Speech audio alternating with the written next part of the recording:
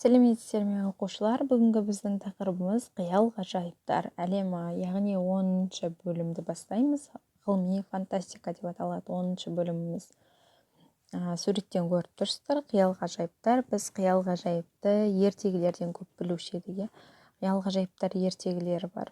Біз балабақшадан, даярлық сыныптарынан, бастауыш сыныптардан неше түрлі қиял ғажайып ертегілерін білеміз.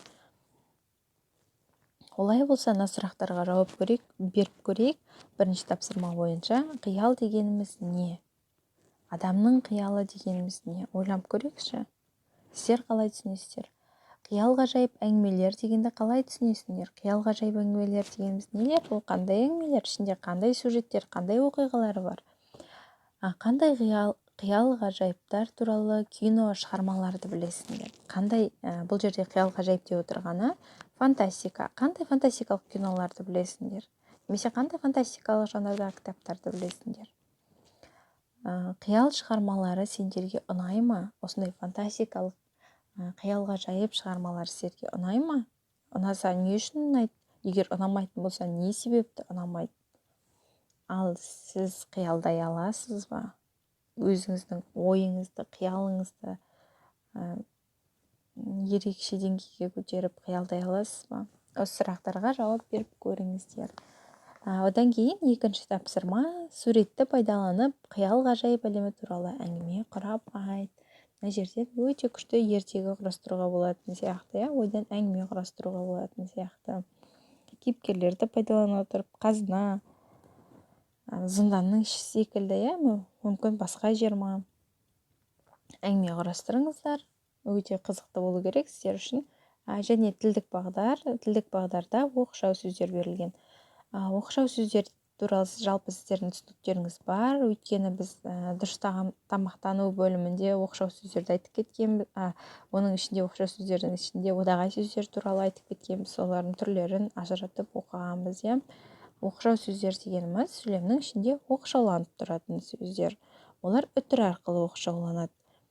Сөйлем құрамында тұрып, бірақ басқа сөздермен грамматикалық байланысқа түспейтін сөздер оқшау сөздер деп аталады. Яғни басқа сөздермен байланыспайды.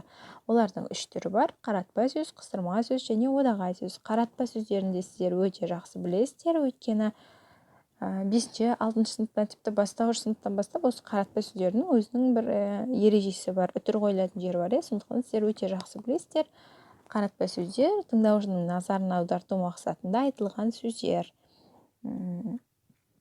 Мысалы, азамат сыртқа шығасың ба десе, осы жерде кімге айтып жатырмыз, кімдің назарын аудартқымыз келіп жатыр? Осы жерде азамат деген сөз қаратпа сөз болады. Қаратпа сөз сөйлемнің басында келсе, қаратпа сөзден кейін үтір қойылады. Егер сөйлемнің ортасында келсе, екі жағынан үтір қойылады. Сөйлемнің соңында келсе, оның алдынан үтір қойылады. Мысалы, қиял ғажайыптарға сенесің бе азамат десек, осы жерде азамат деген сөздің алдынан қойылады. Және де қыстырма сөздер дегеніміз сөйлеп тұрған адамның өзінің сол ойға қатысты көзқарасын білдіретін сөздерді қыстырма сөздер деп атайды.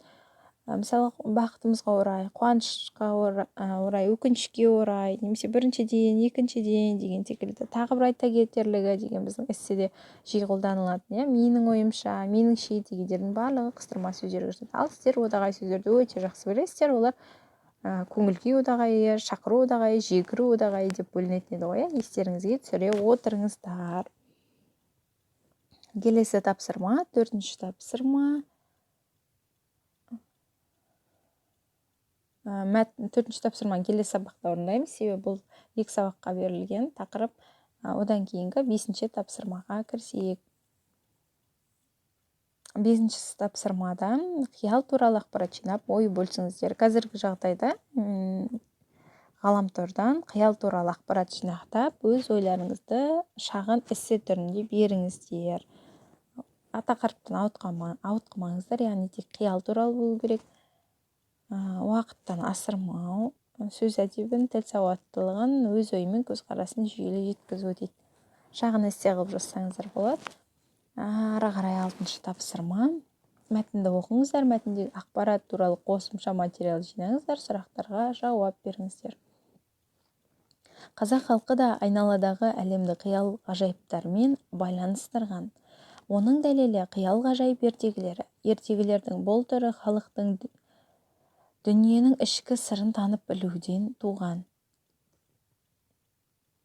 Айналадағы құбылыстардың бәрін жанды киел деп қабылдаған түсініктен табиғат сырларын білсем екен деп армандаған халықтың ой тілегінен көптеген қиял ғажайып ертегілер туған.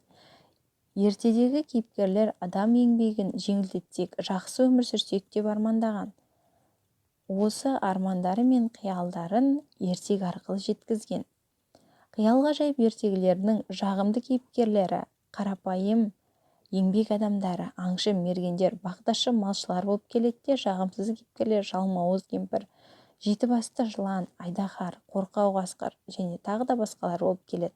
Жағымды кейіпкерлерді адамдарды жақсылыққа жасауға шақырып, табиғаттың дүлей күштерімен арпалысса, жағымсыз кейіпкерлердің іс-әрекеті адамдарға сатқындық жасау, аяқтан шалу, өтірік айту және тағы да басқа қасиеттердің жамандықпен аяқталғанын сездіртеді.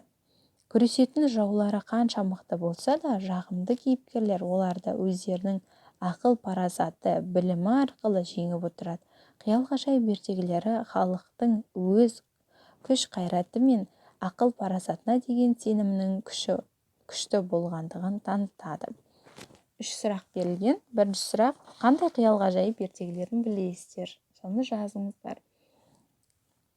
Естеріңізге түсіріп көріңіздер. Ертегідегі кейіпкерлердің қиялы қазіргі таңда орындалған ба? Ол қалай орындалған? Дәлелдеп айтыңдар. Мысалы, ол жерде ер төстік ертегісін келтіруге болады. Ол жерде көл тауысар бар еді, жел аяқ бар еді. Мысалы, айшылық алыс жерлерден жылдам хабар алғызған дейді. Мысалы, бір көл тауысар бір көлді өзі ішіп тауысады. Мысалы, тау соғар деген бар. Екі тауды бір-біріне қосып соғатын. Жел аяғына тас байлап алып, мысалы, бірнеше шақырымдық жерді бір сәтте жүгіріп өтетін. Мысалы, ұшатын кілем. Осы қиялдар орындалған ба? Қалай ойлайсыздар? Өз ойларыңызды айтыңыздаршы. Бұдан да басқа қаншама дәлел келтіруге болады. Осы мәтіннің ой түйінін анықтаңыздар. Осымен сабақ аяқталды. Сау болыңыздар.